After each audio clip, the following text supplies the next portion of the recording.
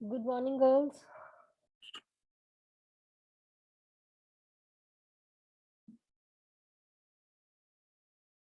Good morning, ma'am. Good morning, ma'am. Good morning. How are you?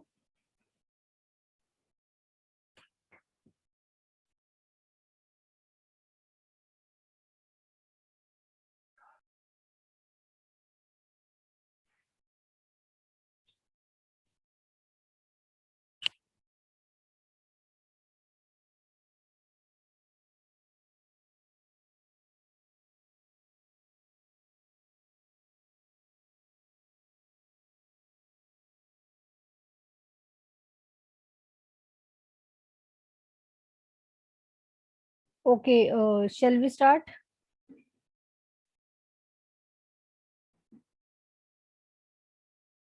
Yes, girls. Am I audible? Yes, ma'am. Okay.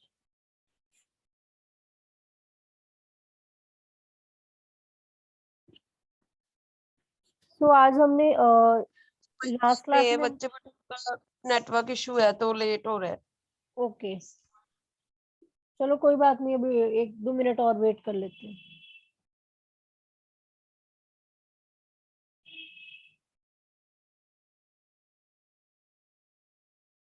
सो हमने last class में जो है mix constraints वाले question practice भी कर लिया था। आई थिंक मिक्स कंस्ट्रेंट तो तुम लोगों को अब क्लियर ही होगा, राइट? नाउ जो है आज जो हमने करने हैं that is special cases in mix, मतलब स्पेशल केसेस करने हैं हमने जो सिंप्लेक्स में आते हैं। ठीक है, उसकी जस्ट आई थिंक वीडियो है मैंने जो बनाई हुई है, तो वो आप एक बार देख लो। एंड एक एक पॉइंट मैंने और करवाना है, वो भी मैं अभी करवा देती हूँ। पहले वीडियो देख लो, then will discuss the video as well, and वो पॉइंट भी डिस्कस कर लेंगे।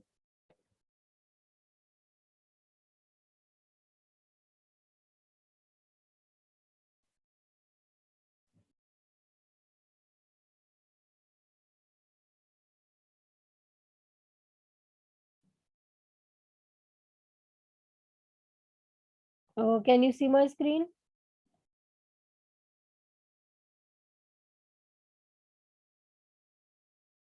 Hello? Yes, ma'am. Okay.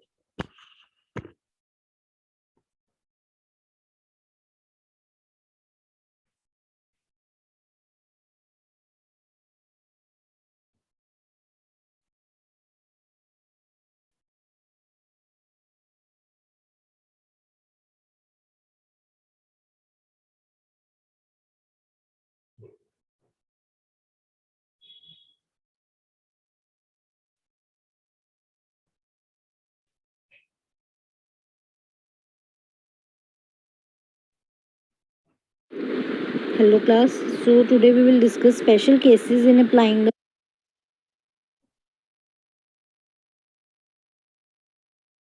sound was audible. Ma'am video नहीं दिख रही थी, साउंड तो आ रहा है। Okay okay, sorry sorry sorry, एक सेकंड वेट।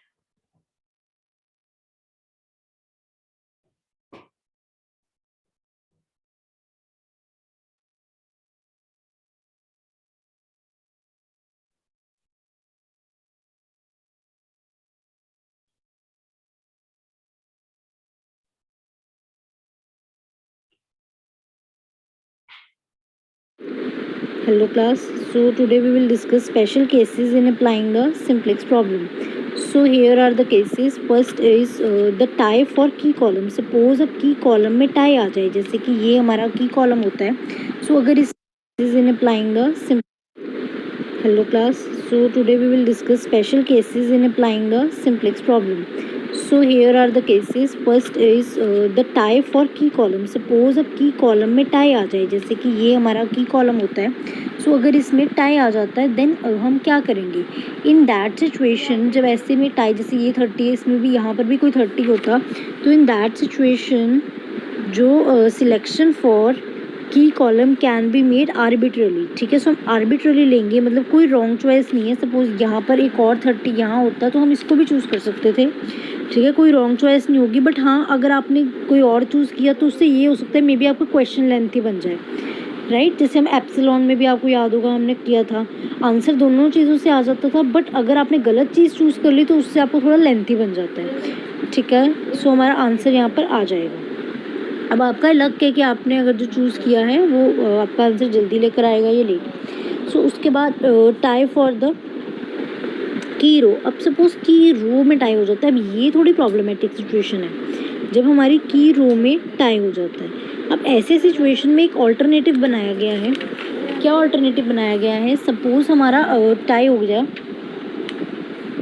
की रो में टाई हो जाता है, लाइक अभी क्वेश्चन एक दिस ये रहा, ये हमारा एक second, suppose this is our question कि हमारा यहाँ पर टाई हो जाता है, ठीक है। दो ये भी टू है, ये भी टू है, अब क्या चूज़ करें? सो अब हमें पता नहीं चल रहा हम किसको चूज़ करें किसको ना चूज़ करें। सो ऐसे केस में वी विल डू व्हाट, ऐसे केस में हम क्या करेंगे बेसिकली कि एक ना इस तरीके से जो हमारे ये एक जो हमें एक वे बताया है ऐसे क्वेश्चन को सॉल्व करने का, दैट इज़ कि जो S1 S2 S3 जो मेरे मेनली ऊपर जो ये वेरिएबल्स हैं, ठीक है, जो ये जो बेसिक वेरिएबल्स जो मतलब यहाँ पर दिए हुए हैं x1 x2 वगैरह को छोड़कर जो हैं उनको एक बार लिख लीजिए। जैसे यहाँ लिख लिए S1 S2 S3, ठीक है। सो पहले आप एज्यूम करिए कि ये चूज़ कर लिया। अगर ये चूज़ करते हैं तो अगर मैं ये अगर चूज़ करती हूँ और ये तो मेरा की कॉलम तो चलो वो तो चेंज ही नहीं होगा, सो ये मेरा की एलिमेंट बन जाता है। तो अब क्या करते थे, की एलिमेंट से सबको डिवाइड करते थे। अब हम सबको करके नहीं देखेंगे, बस इन तीनों को करके देखेंगे।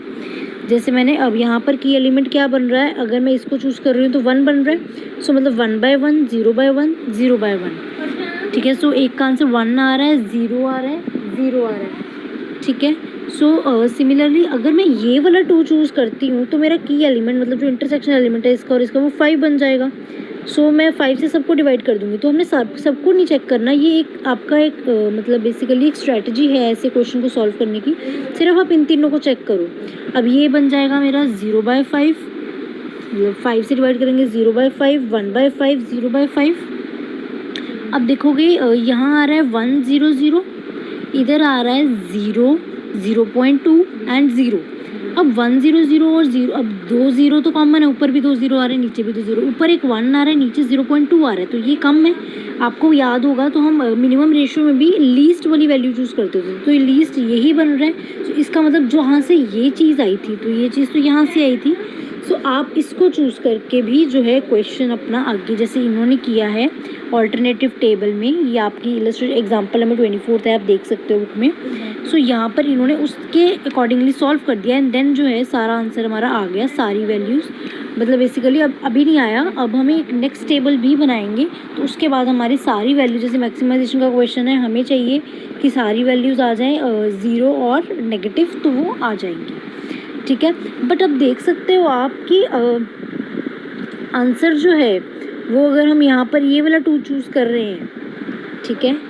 सो एक सेकेंड, ठीक है। सो सिमिलर टाइप का क्वेश्चन एक 25 जो नेक्स्ट एग्जांपल है उसमें भी अगर आप देखेंगे तो इनका यहाँ पर भी टाई आ रहा था 7 और 7 में। तो इन्होंने वही चीज़ की, इन्होंने क्या किया, इन्होंने S1 S2 S3 ले लिए और सपोज कर लिया कि इसको सिलेक्ट किया। अगर हम इन्होंने इसको सिलेक्ट किया होता तो ये तो की कॉलम है ही है, तो ये 2 ये वाला बन जाता। सो हम इन्होंने 2 से डिवाइड कर दिया 0 0 1 को। सो मतलब कि 0 divided by 2 0, 0 divided by 2 0 and 1 divided by 2 half.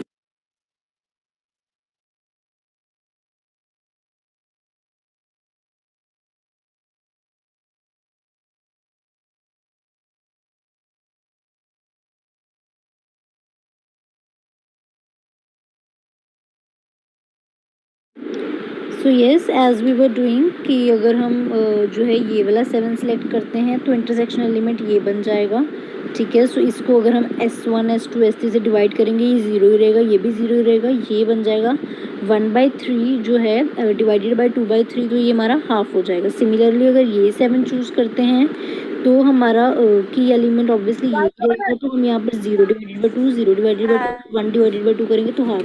तो आप देख सकते हैं यहाँ गल पर सुन भी 0 हाफ बचेगा, उधर भी गल 0 सुन 0 ना हाफ, ऊपर चले तो काम सेम ही। ऊपर तो ਦਾ ਹੀ यहाँ ਆ पर आप आर्बिट्री कुछ भी चूज ਸਾਹਮਣੇ ਹੋ ਪਹਿਲਾਂ ਕੂਲਰ ਵਿੱਚ ਬਾਬੇ ਦਾ ਰਮਾਲ ਪਾ ਧੋ ਕੇ ਮੰਜੀ ਤੇ ਪਾ ਦੇ ਇੱਥੇ ਕੂਲਰ ਚ ਪਾ ਮੈਂ ਚੇਤਾ ਭੁੱਲ ਗਿਆ ਧੋਣ ਦਾ ओदा ही पानी च कढ़ दे, मैं आपे धो लांगी साबन नाल, बाद च तू पानी चों चंगी तरह लुधिया शहर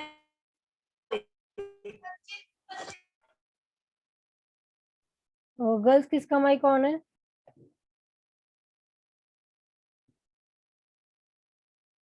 मैम पायल का था, हो गया बंद।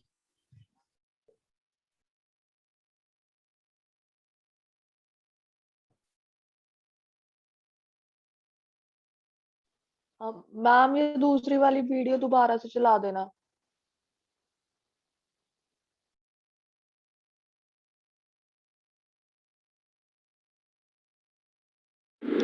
सो yes, as we were doing कि अगर हम जो है ये वाला 7 सेलेक्ट करते हैं तो इंटरसेक्शन एलिमेंट ये बन जाएगा, ठीक है। सो इसको अगर हम S1 S2 S3 से डिवाइड करेंगे, ये 0 ही रहेगा, ये भी 0 ही रहेगा, ये बन जाएगा 1/3 जो है डिवाइडेड बाई 2/3, तो ये हमारा हाफ हो जाएगा। सिमिलरली अगर ये 7 चूज़ करते हैं तो हमारा की एलिमेंट ऑब्वियसली यही रहेगा, तो हम यहाँ पर 0 डिवाइडेड बाई 2, 0 डिवाइडेड बाई 2 और 1 डिवाइडेड बाई 2 करेंगे तो हाफ। तो आप देख सकते हैं यहाँ पर भी 0 0 हाफ बचेगा, उधर भी 0 0 हाफ, तो ये तो सेम ही। तो यहाँ पर आप आर्बिट्री कुछ भी चूज़ कर सकते हैं अपनी चॉइस से, ठीक है। वैसे जो ये टेक्निक जो है ये हार्ड एंड फास्ट टेक्निक नहीं है कि हर केस में अप्लाई होगी। सो अगर आप इससे मतलब कर सकते हो ट्राई, ठीक है। इसके बाद जो है हमारा, अब अगर सपोज़ यहाँ पर अगर आपका ऐसी सिचुएशन, जैसे ये क्वेश्चन है आपकी जो 26 एग्जाम्पल है, यहाँ पर अब हमारा फिर से 10-10 आ रहा है, ठीक है। बट यहाँ पर अगर आप सामने देख रहे हो तो एक हमारा आर्टिफिशियल वेरिएबल है, एक हमारा ये S3 स्लैग या सरप्लस में से कोई होगा ये है। तो वैसे भी हमारे क्वेश्चन में ना हमारा एम होता है कि हम आर्टिफिशियल को एलिमिनेट कर दें पहले, क्योंकि आर्टिफिशियल लास्ट में नहीं रहना चाहिए। ये आपको रीज़न आपको बाद में पता लगेगा, अभी मैं आपको एक और क्वेश्चन जो बताऊँगी, एक और टॉपिक। सो हमारा मोटिव होता है पहले आर्टिफिशियल को ख़त्म करें। सो आप क्लियरली इसको चूज़ कर सकते हो without even checking that technique, right. So आप उसको कर सकते हो, ठीक है। जैसे अभी पिछले जो अभी तक 2 क्वेश्चन डिस्कस किए, यहाँ पर आर्टिफिशियल का नहीं था, ठीक है। सो दैट्स वाई हमने नहीं लिया। बट जहाँ आर्टिफिशियल और उसमें चॉइस है तो आप आर्टिफिशियल वाले को ही सिलेक्ट कर लो, ठीक है। ये जो मैं आज जितने भी पॉइंट्स बोल रही हूँ, प्लीज़ आप एक नोटबुक निकाल लो और साथ साथ में नोट करे जाओ, ठीक है। आपको बेटर क्लियर होगा। And I will try my level best कि मैं आपको सारी वीडियोज़ जो है एक एक करके सेंड कर दूँगी व्हाट्सएप पर। चलो, सो अब हमारा यहाँ पर क्या है, या ये हो गया, इस टाइप का क्वेश्चन हो गया। Next is unbounded problem. अब अगर हम अनबाउंडेड प्रॉब्लम आ जाए, ये बहुत सिंपल है। इसमें क्या होता है कि जब आपका जैसे मिनिमम रेशियो हम निकालते होते हैं, सो उसका आंसर अगर नेगेटिव या इन्फिनिटी आ जाए, जैसे मैंने आपको बोला हुआ है बहुत बार कि जब हम मिनिमम रेशियो में से सिलेक्ट करना होता है लीस्ट पॉजिटिव वैल्यू सिलेक्ट करते हैं। मैं बार बार बोलती हूँ लीस्ट पॉजिटिव, मतलब नेगेटिव तो हमारे को आना ही नहीं चाहिए। मतलब अगर आपका मिनिमम रेशियो में ये जो मिनिमाइज रेशियो हम कॉलम निकालते हैं उसमें अगर नेगेटिव या इन्फिनिटी आ जाए तो इसका मतलब प्रॉब्लम अनबाउंडेड है। जैसे आप यहाँ देख सकते हो, जब अब आपने ये टेबल बनाया फिर ये टेबल बनाया, आपने देखा कि यहाँ दोनों वैल्यूज़ ही नेगेटिव आ रही थी। कैसे? अब यही करते फॉर्मूला क्या होता था, सोल्यूशन डिवाइडेड बाय की कॉलम, ठीक है। सो अगर हम आपका जो ये जैसे की कॉलम है हमारा ये 5 वाला, सो इसको मैं अगर इससे डिवाइड करूँगी तो मेरा नेगेटिव ही आएगा। तो जब दोनों वैल्यूज़ नेगेटिव ही आ रही हैं, मुझे तो चाहिए होती है लीस्ट पॉजिटिव, या तो दोनों ही नेगेटिव है तो ये अनबाउंडेड हो जाएगा, मतलब यहाँ पर इम्पॉसिबल है। सो ये आप कह दोगे LPP अनबाउंडेड सोल्यूशन है, ठीक है। सिमिलरली यहाँ पर भी जैसे इन्फिनिटी और नेगेटिव आ रहा है तो हम यहाँ पर भी लिख देंगे कि ये हमारा अनबाउंडेड सोल्यूशन आ गया, क्योंकि हमने लीस्ट पॉजिटिव चूज़ करना होता है। सपोज़ एक नेगेटिव होता और एक 5 होता, ठीक है। अब जैसे सपोज़ एक -4 होता और एक 5 होता, फिर क्या करते? अब अगर सपोज़ एक -4 और एक 5 होता तो मैंने बोला लीस्ट पॉजिटिव, आपने नेगेटिव वाले को तो देखना ही नहीं है, आपने देखना पॉजिटिव क्या है, 5 है, तो आप 5 को चूज़ कर लोगे, ठीक है। बट अब अगर इन्फिनिटी और नेगेटिव है फिर तो ऑप्शन ही ना है, फिर तो आप अनबाउंडेड लिख दोगे, ठीक है। सो ऐसा अगर कोई भी आपका आता है क्वेश्चन तो आपने इसी तरीके से सॉल्व करना है, जैसे ये भी है इस तरीके से ही अनबाउंडेड आप लिख कर ख़त्म कर दोगे, ठीक है। इसके बाद जो नेक्स्ट टॉपिक है that is multiple optimal solution. अब इसमें क्या होता है, मल्टीपल ऑप्टिमल सोल्यूशन कब आता है, आप ये प्लीज़ पॉइंट्स नोट करते जाइए। ये कब आएगा? अब जैसे देखो ये आएगा जब हमारा ना, अब देखो आप देखते हो सपोज़ क्वेश्चन है ये, इसमें हमारे पास 2 ही वेरिएबल है x1 और x2। कि सपोज जैसे मैक्सिमाइज़ करना, सपोज ये प्रॉफिट होता और कहता कि वो 2000 प्रॉफिट हो रहा है प्रोडक्ट 1 पे और प्रोडक्ट 2 पे 3000 हो रहा है, तो हम किस तरीके से प्रोडक्ट 1 और 2 की जो है क्वांटिटी बेचें कि हमें मैक्सिमम प्रॉफिट हो। ठीक है, ये कंस्ट्रेंट्स दिए हुए हैं। सो अगर आपका एंड में आफ्टर सोल्यूशन सारा कुछ निकाल के आपका आंसर आ रहा है x1 जो है, आप देख सकते हो अगर आपका आंसर आ रहा है x1 0 x2 दिस, तो इसका तो मतलब यही हुआ ना कि भाई एक ही प्रोडक्ट बिकेगा। x1 0 आ रहा है मतलब x1 की जो क्वांटिटी है वो 0 बेचनी है अगर आपने मैक्सिमम प्रॉफिट कमाना है, x2 को ही इतना बेचना है। सो ये तो चीज़ थोड़ी गड़बड़ लग रही है कि मैं तो 2 प्रोडक्ट बना रही थी, तो ये थोड़ी एक मैं बिल्कुल ही बंद कर दूंगी।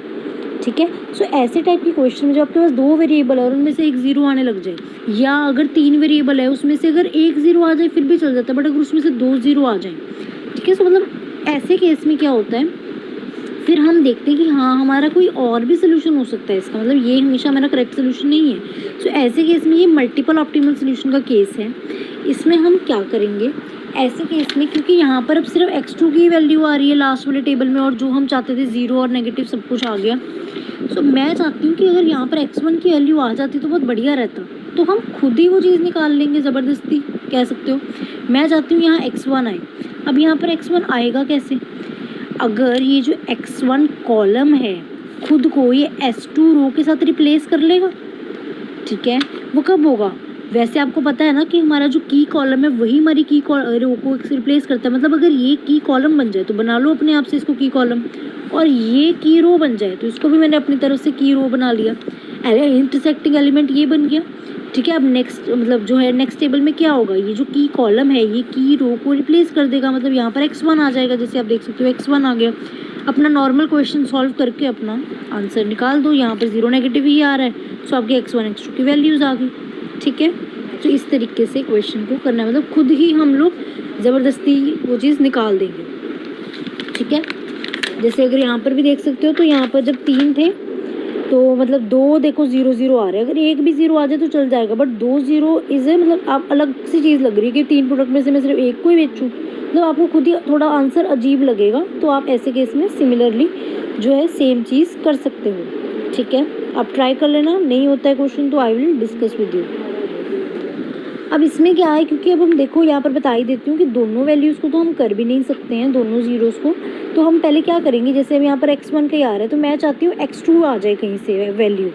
ठीक है, अब मैं x2 को रिप्लेस करूँगी। अब मैं उसको s1 से भी कर सकती हूँ, s3 से भी, वो आपकी चॉइस है, आप जिससे भी करते हो।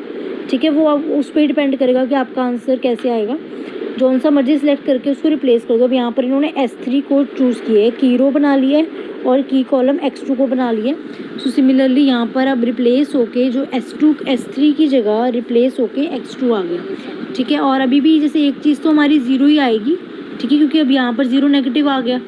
सो जो है आपने क्या कहते हैं, एक 0 आ जाए तो कोई चक्कर नहीं होता, बट अगर 3 में से 2 0 आ रहे दैट इज़ प्रॉब्लमेटिक, या अगर 2 में से एक 0 आ रहा है। ठीक है, जैसे पिछले केस में 2 ही वेरिएबल से तो एक 0 आ जाएगा तो वो प्रॉब्लमेटिक है। ठीक है, तो आप देख लेना इस टाइप की क्वेश्चन को भी अगर आ जाए। मैं आपको पॉसिबल सिचुएशंस बता रही हूँ जो आ सकती हैं। ठीक है, अब ज़रूरी नहीं है, ऐसे घबराने वाली बात नहीं है, हर केस में आएंगे। बस आप ये कुछ रूल्स अपने माइंड में रखिए कि अगर ऐसी सिचुएशन आ जाए एक बार ही क्वेश्चन सॉल्व करने के बाद तो आपने क्या क्या चीज़ें देखनी है। अब इनफिजिबल प्रॉब्लम में क्या होता है, इनफिजिबल प्रॉब्लम ये भी बहुत ईजी है। ये कब अक्कर होता है, जब आपका जो फाइनल सिंप्लेक्स टेबल है उसमें अभी भी अगर आपका आर्टिफिशियल वेरिएबल जो है वो एग्जिस्ट कर रहा है। मतलब कि जैसे हमारा ये है, हम चाहते थे कि भाई मैक्सिमाइजेशन का क्वेश्चन था। ठीक है, आंसर 0 नेगेटिव आ जाए, आ गया भाई 0 नेगेटिव आंसर भी आ गया। ठीक है, वैल्यूज़ आ गई, x2 की वैल्यू आ गई, x1 की वैल्यूज़ आ गई, 2 ही वेरिएबल थे, दोनों की वैल्यू भी आ गई, चलो सब कुछ बढ़िया है। बट अगर हम देख रहे हैं कि यहाँ पर अभी भी आर्टिफिशियल एग्जिस्ट कर, अगर आप बुक में पूरा देखोगे ना तो जितने भी क्वेश्चंस आए हैं अभी तक बैक में, चाहे मिक्स्ड के, चाहे आप जितनी भी एग्जांपल्स देख लो, किसी में भी ना आर्टिफिशियल वेरिएबल एग्जिस्ट नहीं करता। क्यों? क्योंकि इसको एलिमिनेट करना ही हमारा पहला जो है मोटिव होता है। जैसे मैंने अभी पीछे भी आपको बताया, इसको एलिमिनेट करना बहुत ज़रूरी होता है। ठीक है, ये एग्जिस्ट नहीं करना चाहिए आंसर में कभी भी। तो अगर आपका ये वाले कॉलम में चाहे आंसर्स आ रहे हैं, यहाँ नेगेटिव 0 जो भी चाहिए था वो भी आ रहा है, यहाँ भी वैल्यूज़ आ रही है, बट ये अगर एग्जिस्ट कर रहा है तो ये जो है हमारी इनफिजिबल सोल्यूशन हो जाएगा। ठीक है, जैसे यहाँ पर भी अगला क्वेश्चन है, इसमें भी ये एग्जिस्ट कर रहा है तो ये इनफिजिबल सोल्यूशन हो जाएगा। आप चाहे ये बुक में कहीं पर भी चेक कर सकते हो पूरी बुक खोलकर कि ये एग्जिस्ट जो है हमारा नहीं करना चाहिए। ठीक है, जो है किसी में भी नहीं कर रहा होगा, जितने भी अभी तक आंसर्स आए हैं इसमें ही कर रहा है तो ये इनफिजिबल है।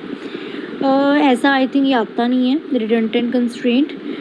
इसमें यही है कि अगर सपोज जैसे आपके दो कंस्ट्रेंट है बिल्कुल सेम ही लग रहे हैं, 3x1 + 4x2 3x1 + 4x2, बस यहाँ पर 7 है और यहाँ 15 है, तो मतलब क्लियरली मैं पता लग रहा है कि जो सेकंड वाला है ये लेस रिस्ट्रिक्टिव है, इसमें ज़्यादा रिस्ट्रिक्शन है कि 7 तक लेके जाना, पर इसमें कम रिस्ट्रिक्शंस हैं। सो ऐसे केस में जो है उसने बोला है कि हमें सेकंड वन जो है रिक्वायर्ड नहीं है। ऐसा क्वेश्चन नहीं आएगा, आप छोड़ दो, क्रॉस मारा छाड़ा, रहने दो, इतना इसको डिस्कस करने की जरूरत नहीं है। और ये जो अनरिस्ट्रिक्टेड जो हमारा लास्ट टॉपिक है अनरिस्ट्रिक्टेड वाला, ये आपको डुअलिटी में मैं बता दूंगी, इतना ज़्यादा इंपॉर्टेंट नहीं है, डुअलिटी में जब आएगा तो डिस्कस कर लेंगे, अभी के लिए इतना आपका बहुत है। सो हमने डिस्कस किए हैं मल्टीपल ऑप्टिमल, इनफिजिबल, ठीक है, और कौन कौन से डिस्कस कर लिए एक बार ही देख लेते हैं। So we have here discussed जब की कॉलम में टाई आ जाए, की रो में टाई आ जाए, अनबाउंडेड, मल्टीपल, इनफिजिबल, ये बाकी दोनों छोड़ दो, मतलब 5 टाइप की प्रॉब्लम्स डिस्कस कर लिए। Okay, thank you class.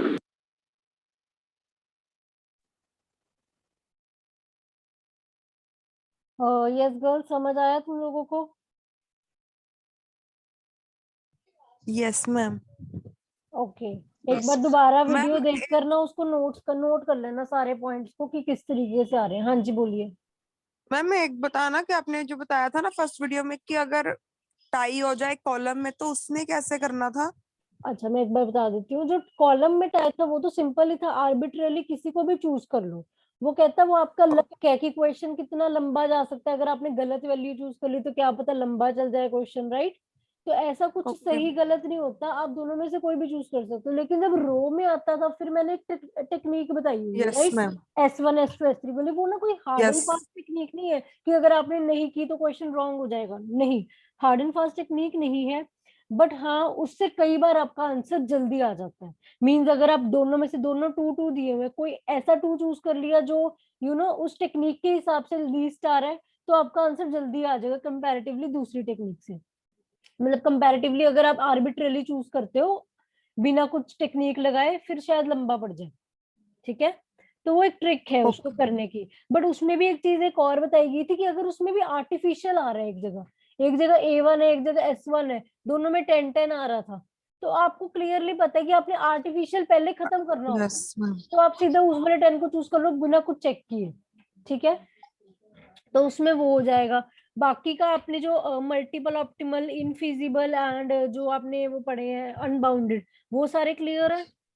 Yes ma'am.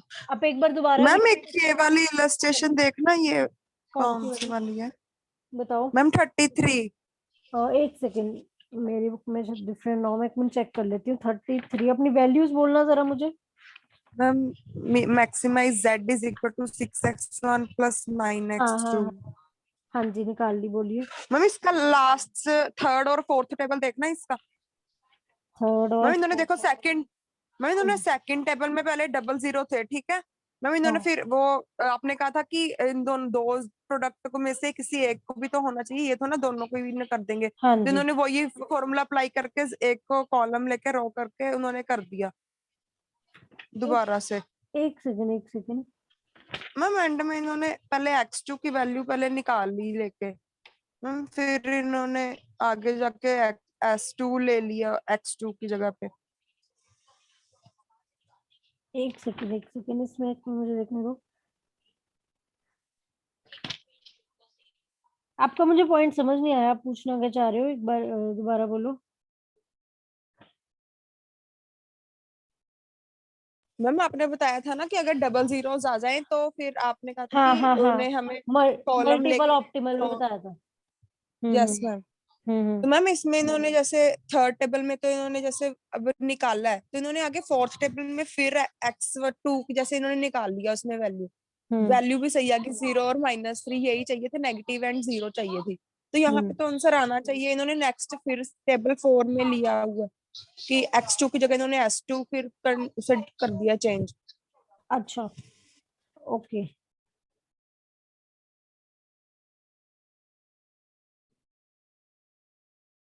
ये कोई बात नहीं, मैं देख लेती हूँ, ये मैं चेक कर लेती मैम हूँ। और इसके थर्ड टेबल में ही जो इन्होंने मिनिमम रेशियो में 150 क्यों लिया, 0 भी तो ले ही सकते थे, बट वो रिप्लेस हो चुकी है इसलिए नहीं लिया।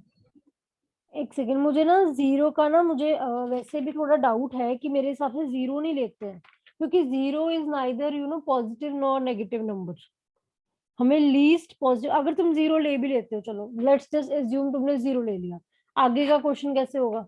जीरो से डिवाइड करोगे सबको, तो वो तो सारे इन्फिनिटी हो जाएंगे। Don't you think so?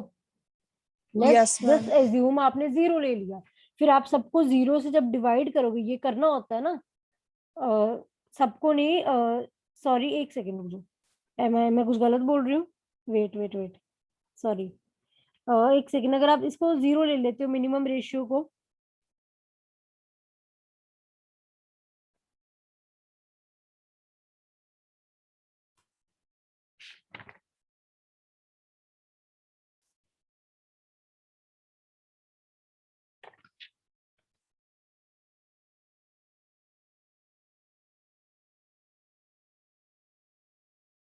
नहीं उसके बाद तो हम, एक मिनट, जीरो लेने के बाद तो फिर यहाँ पर की कॉलम और उसमें वो इंटरसेक्शन एलिमेंट निकालेंगे ना। एक मिनट, ये जीरो वाला ना मुझे कंफर्म करने दो, बिकॉज ये मुझे भी डाउट है कि जीरो लेना है कि नहीं लेना, क्योंकि ये neither positive nor negative number होता है, तो मुझे एक बार ये जीरो का एक बार चेक कर लेना दो, मुझे एक बार कंफर्म कर लेना दो, ये जीरो वाला अभी छोड़ दो पॉइंट, ओके मैम। ये क्वेश्चन ही छोड़ दो, मैं इसको एक बार देख ही लेती हूँ एक बार खुद से, 33 एग्जाम्पल में प्रॉब्लम है, कोई बात नहीं, इसको मैं देख लेती हूँ। अच्छा एक पॉइंट मुझे और करवाना है तुम्हें, वो भी एक बार सुन लो, वो थोड़ा सा एक वो भी पॉइंट देख लो, उसके बाद आपका फिर ये खत्म हो जाएगा। एक सेकंड, मैं स्क्रीन शेयर कर रही हूँ।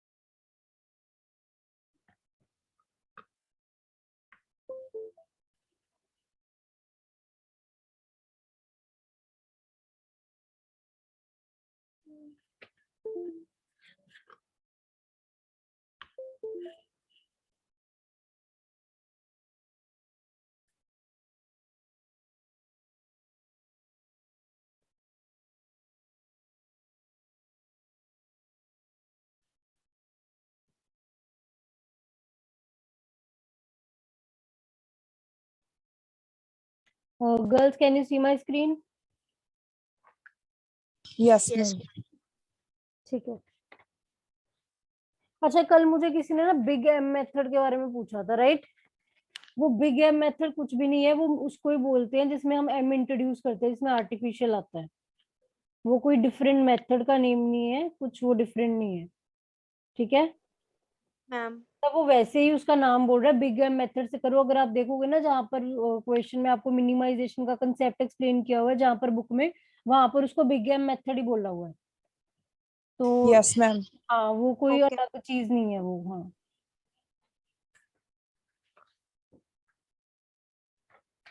अच्छा मुझे एक क्वेश्चन करवाना है, second.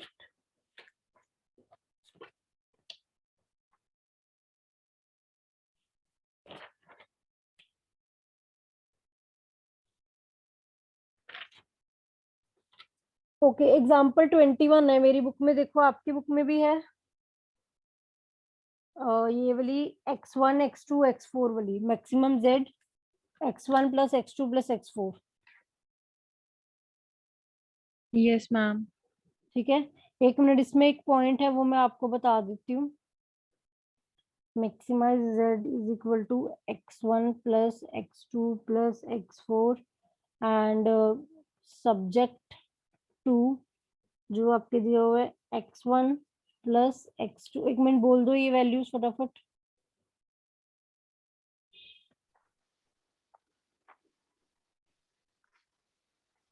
x1 plus 2x2 plus x3 plus x5 is equal to 4. x1 plus 2x2 plus x3 is equal to 4, whereas x1, x2, x3, x4, x5 is greater than or equal to 0. ठीक है, सो आपको ये question दिया हुआ girls. एक तो देखो अब यहाँ पर हमारे ना क्या हो रहा है, तीनों इज इक्वल टू आ रहे हैं। ठीक है, वैसे लॉजिकली हमें करना क्या चाहिए था ऐसे में कि A1 A2 A3 इंट्रोड्यूस करना चाहिए था, आपके हिसाब से यही करना चाहिए, बोलो। Yes ma'am. बट इसमें Yes, ऐसा ma'am. नहीं हो रहा है, क्यों बता रही हूँ। इसमें देखो ना कुछ वेरिएबल्स ऐसे हैं, जैसे कि अगर मैं x4 की बात करूं, x4 सिर्फ इसी टेबल में आ रहा है, राइट? नीचे कहीं Yes, पर ma'am. x4 दिख रहा है? नो। तो मतलब अगर आप देख सिंप्लेक्स टेबल 1 बनाओगे तो वहां पर जब x4 लिखोगे ऊपर बेसिक वेरिएबल में, तो इस तरीके का कुछ बन जाएगा 100, राइट? यस। अच्छा x5 को देखना, अगर मैं x5 को लेती हूँ तो वो भी सिर्फ Single. सेकंड में ही है, यस पहले मैम। और थर्ड में तो वो भी नहीं है, राइट? अच्छा, बाकी तो x1 x2 x3 वो तो चलो आ ही रहे हैं, उसका कुछ नहीं है कि अगर, हाँ वो तो आ ही रहे हैं। अब जब आपके पास ना ऐसी सिचुएशन बन जाए, इसको ना हम यूनिट मैट्रिक्स भी बोल सकते हैं, यूनिट वेक्टर भी बोल सकते हैं, जहां पर आपके पास ना 1 0 0 0 0 1 0 1 0, मतलब कि इस तरीके का 2 जीरोस और एक 1, ऐसी की सिचुएशन बनने लग जाए, वो भी किसी नॉर्मल वेरिएबल में। अभी मैं S1 S2 A1 A2 की बात नहीं कर रही हूँ, राइट? नॉर्मल वेरिएबल में ही ये सिचुएशन बनने लग गई है मेरी जब, ठीक है? सो ऐसे केस में मुझे यहाँ पर आर्टिफिशियल इंट्रोड्यूस करने की जरूरत ही नहीं है, समझ आई मेरी बात? सो पहले में x4 है तो मुझे इसमें आर्टिफिशियल इंट्रोड्यूस नहीं करना है, दूसरे में x5 है इसमें भी इंट्रोड्यूस नहीं करना है, तीसरे में ऐसा कोई नहीं है क्योंकि x1 जो है वो भी 3 जगह आ रहा है, x2 भी 3 जगह आ रहा है, x3 भी तीनों जगह आ रहा है, तो इसमें तो ऑब्वियसली ऐसा कुछ नहीं होगा कि जिसमें ये 0 1 1 1 0 0 इस तरीके की सिचुएशन बनेगी। तो यहाँ पर थर्ड वाले में मैं आर्टिफिशियल इंट्रोड्यूस कर सकती हूँ, तो मैं यहाँ पर A1 इंट्रोड्यूस साथ में कर दूंगी। पता लगा कुछ? Yes ma'am. तो ये थोड़ा सा ध्यान रख लेना, ये ना एक्सेप्शनल केसेस हैं, बहुत रेयर है कि आ जाएं। स्टिल मुझे बुक में दिखा ऐसा क्वेश्चन तो मैं आपको एक्सप्लेन कर दिया, और वो नॉर्मली पता कैसे क्वेश्चंस में होता है जहां पर x4 x5 इस तरीके के वेरिएबल्स भी हो, x1 x2 x3 तो आपको दिख ही रहा है, वो तो चलो है ही है। मतलब ये नहीं सोचना, देखो अगर सपोज ऐसा होता कि 1 0 1 वो भी ठीक है, उसमें भी कोई प्रॉब्लम नहीं है, हो ही सकता है कई बार कि x1 इधर दिया हुआ और इधर दिया हुआ इधर नहीं दिया हुआ, उसमें नहीं सोचने लग जाना कि हमने आर्टिफिशियल नहीं लगाना एंड ऑल। सिर्फ ऐसी सिचुएशन हो जहां पर एक 1 और 2 जीरोस हो, समझ आ रही है बात? Yes ma'am. This kind of situation, clear? So ऐसी सिचुएशन है, अगर सपोज दो ही कंस्ट्रेंट्स होते फिर मैं एक 1 और एक 0 चला सकती थी, ठीक है? समझ आ रही है? मतलब यूनिट मैट्रिक्स बनाना है आपने अगर वैसे कहूँ। वैसे तो ये 3 कंस्ट्रेंट वाले में ही ऐसी प्रॉब्लम आएगी, 2 वाले में आएगी भी नहीं, ठीक है? स्टिल अगर 2 वाले केस में आ गई तो एक 1 और अगर एक 0 है तब भी ऐसा हो सकता है, ठीक है? वैसे इस केस को मत ही जाए कंसिडर करो, मेनली ये 3 वाले में ये प्रॉब्लम ऐसी की आएगी, ठीक है? 3 वाले में बस ये देख लेना कि ऐसी सिचुएशन हो 1 0 0 या 0 1 0 जहां पर एक 1 और 2 जीरोस हो, अगर ऐसा सिचुएशन होगी तो इसको यूनिट वेक्टर कहते हैं। ऐसे सिचुएशन में आपको A1 A2 इंट्रोड्यूस करने की जरूरत नहीं होती। अब इसी क्वेश्चन को आप इसका पहला टेबल देखो फटाफट, उसमें देखो पहले में बेसिक वेरिएबल में ना इन्होंने क्या ले लिया, x4 ले लिया, पहले वाले में इन्होंने कोई आर्टिफिशियल Yes, ma'am. इंट्रोड्यूस नहीं किया, x4 को ही ले लिया, ठीक है? और क्योंकि x4 को अगर ध्यान से देखो तो 1 0 0 बन रहा है ना उसके नीचे, राइट? Yes ma'am. ठीक है, ऐसे ही अगर दूसरे वाले में x5 ले लिया, वहां पर 0 1 0 बन रहा है, ठीक है? तो उन्होंने x5 ले लिया।